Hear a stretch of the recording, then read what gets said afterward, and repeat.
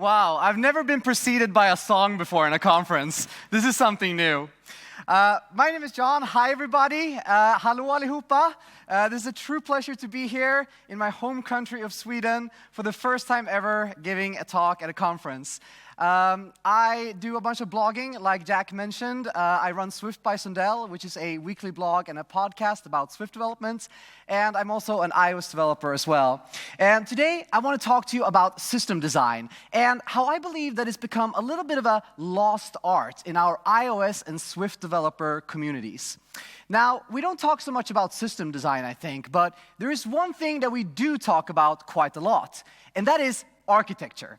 App architecture. And more specifically, what is the best app architecture? What is the single best complete solution for all apps that always works, never has any problems, and we will never write a single bug again, right? Well, today I'm hoping to give you my answer to this question. But it's not an easy question to answer. So before we do, I think we need to start breaking it up a little bit, just like with any hard problem. So before we start talking about what the best app architecture is, I think we need to start talking about what is our app architecture to begin with. Because many different people have many different definitions of this term. Some people, they see it more as their design pattern, like MVC or MVVM. While some people more talk about the frameworks they use, like RX, for example, or maybe the way they work, like functional programming or TDD, test-driven development. But, of course, architecture is not something that we as software developers invented. It's been around for ages. So we actually need to go one level deeper and talk about what is architecture even, and what does it kind of stand for. Now, when most people think about architecture, they don't think about apps, they don't think about RX Swift, they don't think about Viper, they think about buildings, such as this one. The Burj Khalifa is the largest or tallest building in the world. Or they might think about buildings like Apple Park, the roundest building in the world, or something like that. But these are, of course, examples of very extravagant buildings. So maybe we should take it a little bit closer to where we are. And we can look at the building we're in right now, Norra Latin, which actually used to be a school before it was a conference center. Fun fact. Now, these buildings here are very different. They serve different purposes, and they're used for different things. But they all have an architecture.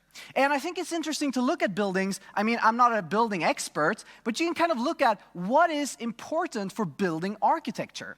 Well, the first thing is that the architecture kind of serves the purpose of the building, that it's functional, that a conference center works as a conference center. It wouldn't be so much fun for me being here speaking in a super tiny room in an office building. So you have different requirements and different functions. But we also want things to look pretty, right? When we walk around our cities and we see our buildings, we want them to be elegant and nice. And this is true for our code as well. We want our code to be nice to work with and look and be nice to handle. But the most important aspect of any kind of architecture, perhaps, is the fact that it's going to be robust. We don't want to build a building that's going to collapse in 2 years. That wouldn't be a very good investment. And the same thing also is true for apps. I mean, they might not last for thousands of years like buildings, but we don't want them to be completely unmaintainable 3 months from now. So the funny thing is that by looking at architecture in general, there's a lot of similarities between building buildings or furniture or apps, whatever you might be building. Architecture is really fundamental. So in the iOS community then, why are we so hung up around design patterns? Everyone's always talking about design patterns and what's the latest one. You know, we have MVC, MVVM, Viper, MVVMC. It seems like the further along in time we go, the more letters we get. So maybe in like a couple of years, we'll have like 15-letter design pattern combinations. I don't know. But the million-dollar question here is a design pattern really equivalent to an architecture? Is a design pattern all we need to create a good architecture for our apps? Well, to use the building analogy one final time, if we look at buildings again, we can kind of see that they have design patterns too. You have towers, you have offices, you have conference centers, and many different others. But of course, the office that most of us work in probably don't look like Apple Park. So buildings are also very different, even though they might use the same design pattern. So is the same true for apps? Well, I think so. And to kind of prove it to you, first of all, if I were to ask every single person in this room to build an app using the MVC design pattern. So I would tell all of you, please go ahead and build an MVC app. I am pretty sure that we would end up with maybe even 250 different architectures, or at least ones that look very, very different. But why is that? Well, if we think about it, if we take MVC in particular, and we just break it down, MVC, what it really just tells us is that in our app, we should have models, we should have views, and we should have controllers. And it kind of defines some rules around how those should interact with each other. But that's about it, really. So when we have some types of classes, it can be really tricky to figure out kind of where they fit in. For example, let's take a look at UI application. Is that a model? Is it a view or a controller? It's kind of a controller because it controls the life cycle of the app, but it's also a UI kit class, so it's kind of a view layer thing. Is it a model? It contains information about the app. What about something like User Notification Center? It's kind of a model in the sense that it's a database for push notifications, but it's also kind of a controller-like object. Same is true for Notification Center as well. And here's perhaps the most tricky one of them all, URL session. URL session, some people would argue, is part of the networking layer. So yet another layer altogether. But does that mean that we have an MVC networking app? Well, almost all apps do networking, right? So these can be quite tricky for us as third-party developers to kind of deal with in terms of a design pattern as our only kind of guideline. And it turns out we are not alone. Apple, they have also a huge problem to categorize these classes. And I have proof of that. You know what it is? They're all singletons. And that means we don't have to worry about architecture. We can access them from anywhere. We can access them from a view, from a model, from a controller, just URL session.shared, boom, you're good to go. So a design pattern is awesome. It's great to have a good design pattern as a starting point, but I don't think it's a complete solution for an architecture. We need something else. We need a complement to our design pattern. And I would argue that that is system design. And today, I want to talk to you about that and how it relates to design patterns in architecture. System design is kind of a way to answer the question of where do you put something. A new class, a new type, a new function, where does it go and how does it relate to the other things that are already in your app? And today, I want to give you my top 3 practical tips on how to design good systems for iOS apps. So hopefully, you'll get some inspiration for something you could apply to your apps as well. And I want to kick it off by talking about decomposition. Decomposition is basically a fancy way of saying breaking things up. So you might have heard about composition, putting things together. Well, this is pretty much the opposite. So before we can compose types together to form new functionality, we need to break things up. I think that almost every developer on the planet would argue that breaking things up is kind of a good thing. No one wants to work with an app or a system as one big blob of things. We don't want to deal with it in like one big file. That would be kind of hard. Instead, we want to break things up into smaller pieces so that they're easier to manage and easier to work with. That way, we can take one single one of these pieces, we can work on it, we can add new features to it, and we can test it in isolation as well. But this is, of course, a lot easier said than done, especially when we deal with UI development. So let's take a look at an example. Here, we're building a podcast app, and we have a screen for displaying one show with a list of episodes. With a standard iOS approach, we might just be able to say, well, you know what this is? This is a podcast view controller, and it contains all of the UI to display this podcast view, and it contains all of the features needed to do so. So it will contain a header, a list, actions at the bottom, and it will perform all of the tasks that we need to render this information. So that would include things like data loading, model loading, image loading, and extracting data from that model and rendering it and handling user interactions and everything that goes with it. So This, of course, is an approach that a lot of people are using, including myself, and sometimes it's fine. Sometimes it's not a problem. But we usually end up with these really, really big classes doing it this way, because just look at this list. It's so many things that we need to do, and usually just grows over time, and we end up with these massive view controllers. So decomposition is one way of addressing this problem. So what we're going to do in this case is we're going to start by splitting up the UI. We're going to take all of the parts of this UI and make them into a separate piece, a separate building block. And in this case, we're going to use child view controllers.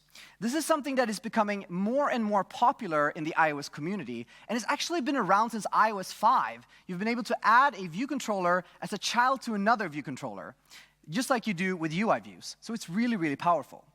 But just splitting things up is not a complete answer either, because then we might just move code around. We haven't improved the system design. We haven't improved our architecture. So we also need to take a look at what are these individual parts actually doing. Well, if we take a look at the header first, we can see that it needs to load some data to display the title and things like that. It probably needs to cache that data and extract that data from the model, and then do some image loading in this case, because it displays an image. And for the list, we have a similar set of tasks, but at the bottom there, we need to handle cell taps. So we have to conform to UI table view delegates. And for the actions view controller, well, it's also fairly similar, except in the bottom there, we have to handle button taps. So what we can see here is that we have a lot of common functionality. We have a lot of things that we need to share between all of these separate view controllers. And if we were to just decompose without designing it, well, we would probably end up with a lot of code duplication. So how does this relate to system design? What we're going to do here is we're going to take all of these 4 things that are common for all these view controllers and design a little microsystem for this. So what we're going to do, we're going to move the data loading and the caching into something called shared services. So here we'll have a network service and a caching service. And the reason they are different from the bottom 2 is that these are more generic things that we can reuse across our app. So here we have system-wide services that can be used for any different screen, that can be used for any part of the app, because they're not really domain-specific. But on the bottom half there, we have our podcast loader, and in this case, we use a podcast view model. We could also use a podcast presenter or a podcast logic controller. It really is the same thing from a system design perspective. It's all about splitting things up. And in this case, we're talking about domain-specific classes, domain-specific functionality that specifically relate to loading and displaying podcasts. And splitting things up this way enables us to reuse as much of our code as possible without having each layer have to be aware of specific implementation details. So what we've done now is we've taken this big blob that was the podcast view controller that probably was like 1,000+ lines of code, and we split it up into many different parts. So now instead, we have multiple pieces of the UI that can all operate independently, but we have shared services and shared classes that they can use, both domain-specific and more general, so we don't have to duplicate our code. And the cool thing is that we've done this now on a view level, but we can do this on an app level as well. So we can take all of this code and put it into a podcast kit, into a domain-specific framework.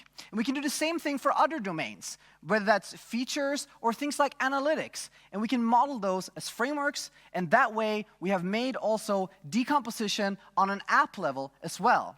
But before we can do this, I think it's very important to start from the ground up and kind of look at what different parts do we have in the different domains and the different features in our app. So decomposition, what it's all about is separating each task so that they can be performed, maintained, and tested in isolation.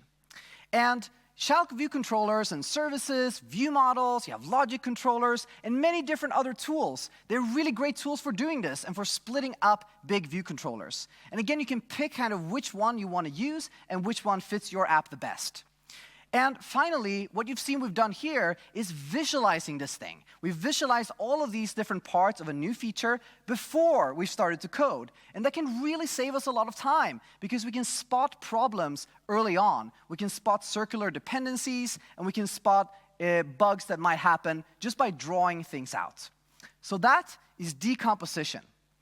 Now, let's talk about locks and keys. Now, you might be thinking here that I'm going to do another talk about encryption, but I'm not, because Anastasia is way better at that than I am. But here, I'm actually talking about dependency management. What does locks and keys have to do with dependency management? Well, let's take a look. So there's a piece of code or a style of code that I've seen in so many different apps, and I'm sure you have as well. You have these guard statements in different parts of the app where you are unwrapping an optional somewhere, but it's not really optional. You kind of need it. So you create this guard statement. In this case, we're unwrapping a user optional from a user manager singleton, and if we fail, we trigger an assertion. But this is all good if you are in a context where the user is optional, but then you wouldn't really put the assert in there. But if you are in a context, for example, in this case, we want to show a friends list for the current user, this guard statement doesn't make any sense. It's really awkward because what's the point of this assertion? It's code that we're not even thinking will ever be executed. And who wants to maintain and write code that will never be run? No one, right? So how can we get rid of these kind of awkward optionals in our code base? Well, we might be thinking, this is all have to do with singletons. Let's get rid of the singleton. Let's make a dependency injected user manager and use that as a property instead. And that is an improvement, but it doesn't solve our core issue, the fact that user is an optional because the user can either be logged in or not, and our code is not really adapted for that. So here comes locks and keys. What we're going to do is we're going to define our system and make some system design to actually define a lock that says that in order to open this lock, you need a user. The user opened this lock, so the user is the key. The user model is the key. And that way, we can kind of split our code base up into two distinct parts. One part of our code base is guaranteed that there will not be a user. A user does not exist in this part of the code base. And in the other part of the code base, the user is guaranteed to exist. That way, we don't need these nasty optionals that are not really optional to begin with. And in the other part of our code base, we can just not have to worry about users at all. So that way, when we build features like a user manager or a friends list or an inbox or something like that, we can safely assume that we have a user. We don't have to write these guard statements anymore. So how can that work in practice? There are many different ways to solve it. In this case, I'm going to use the factory pattern. I really love the factory pattern because it provides us a way to define objects that create other objects. We can move the creation of some complex objects and dependencies into separate classes, which is also pretty nice. So let's take a look at how that would work in this case. We're going to start with a root factory. This is going to be the root factory that can create objects without any locks. It doesn't require any dependencies. So here we can make things like our image loader because it just requires networking, no specific model or something like that. We can make our login controller so that we're able to log into the app. And here comes the interesting part. We can make other factories. And here comes our lock. So we create a method here called makeUserBoundFactory for user, and it returns a new factory which is bound to a specific logged-in user. So what happens is that when the root factory creates a login controller, it injects itself into that login controller. And the login controller can safely retain the root factory because factories do not retain the objects that they create. What that means is that when the login controller has a user model, when the user has logged in, it can use that as the key to unlock the user-bound factory.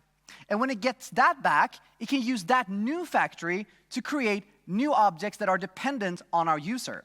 That means that when we say make user manager, make friends list, or make home view controller, they can all have a non-optional user to deal with, which is really, really nice.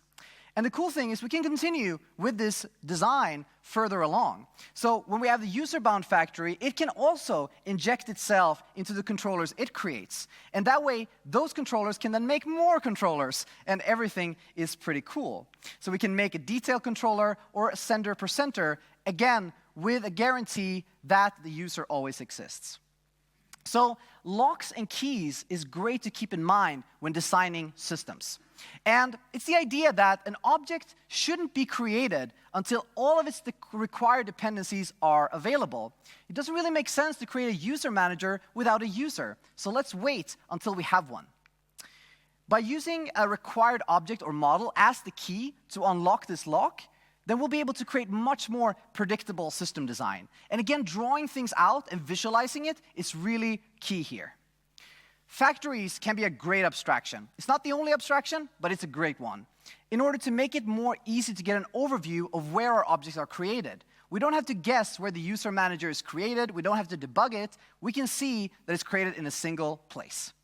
And that is locks and keys.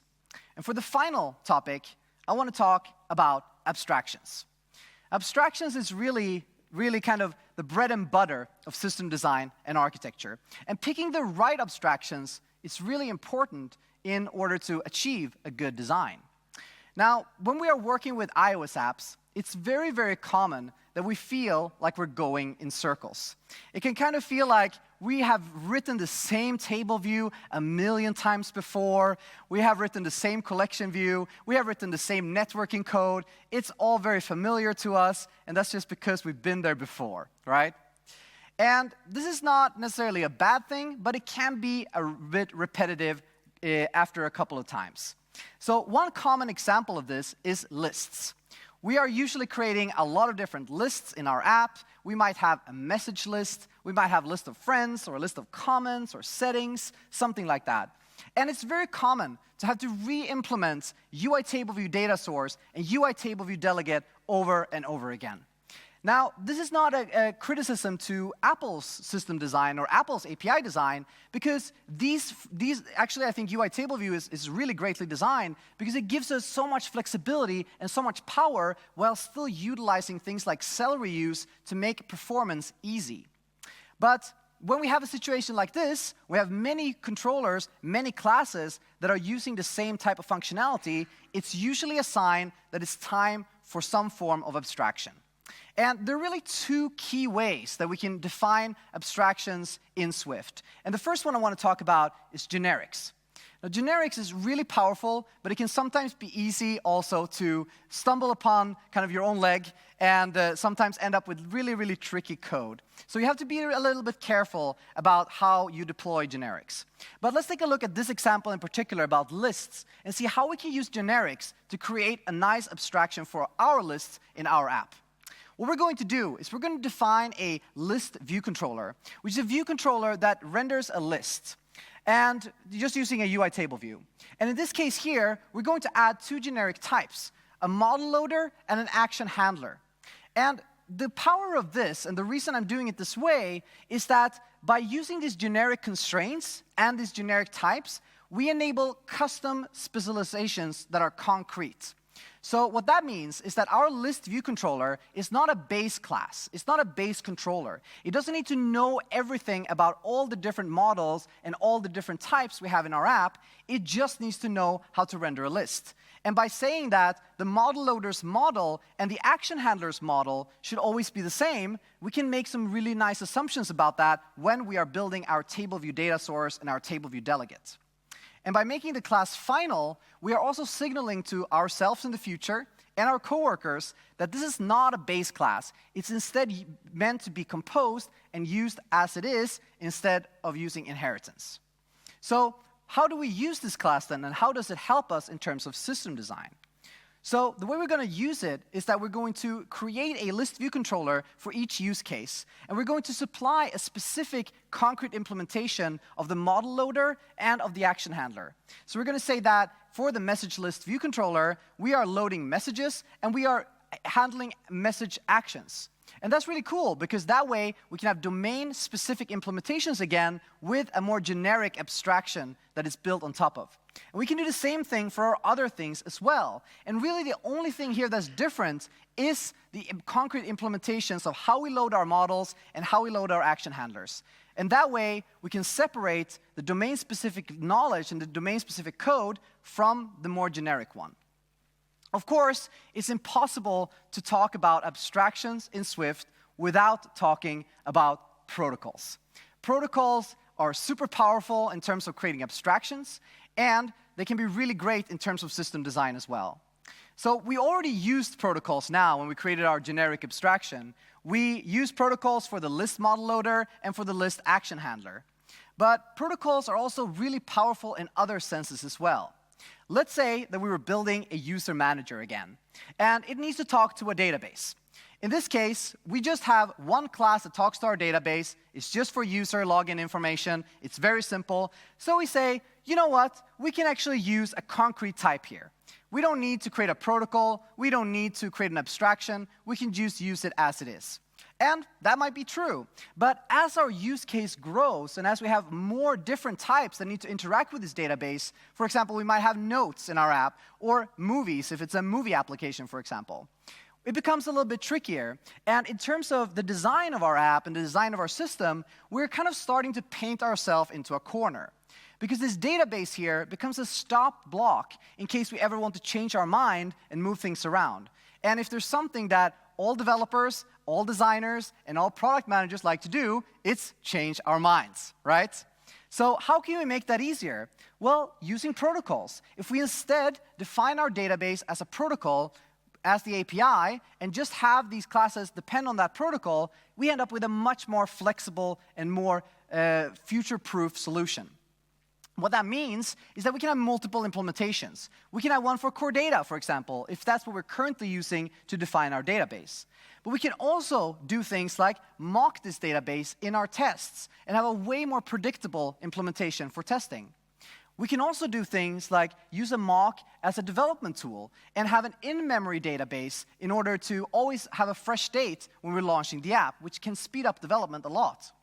And finally, if we ever want to change our minds and move to another database, for example, Realm, we can do that without updating any of our other code. And this is really the power of system design, where we have thought a little bit ahead. We haven't over-engineered things. We've just defined better relationships between all of these parts, and that way we can usually move a lot faster. So abstractions, that's all about having a great tool to create boundaries between various parts of our app, each with its own scope and its own area of responsibility. And by using things like generics and protocols, they can let you define custom abstractions that really reduce the duplication of code and enable us to be much more flexible.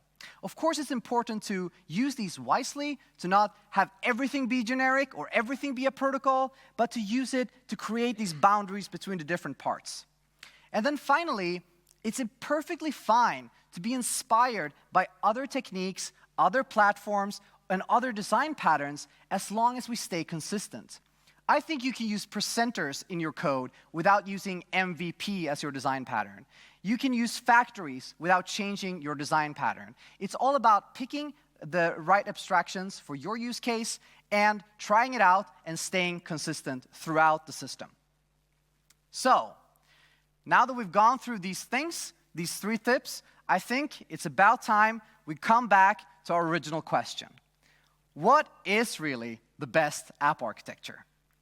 Well, for me, the way I see it is that I think the best app architecture is an architecture that was decomposed into separate, focused components for easier reuse and maintainability. We don't have massive classes with too much responsibility. We have small building blocks that you can reuse and repurpose.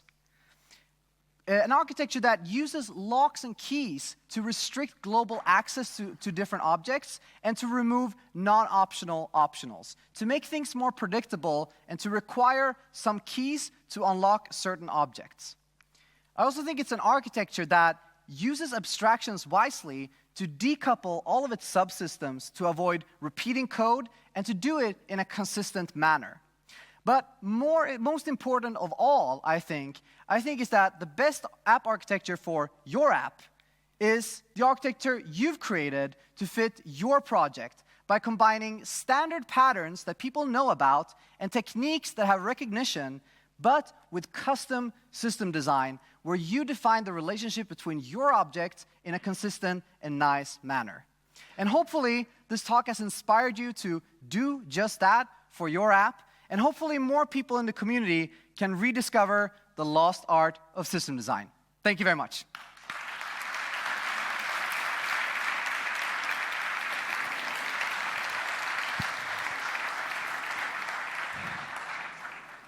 If you want to find me online, you can find me on Twitter. I am at John Sundell. My website is swiftbysundell.com. You can also find me on the Stack Trace podcast, and I have a bunch of open source projects on GitHub as well. Thank you again.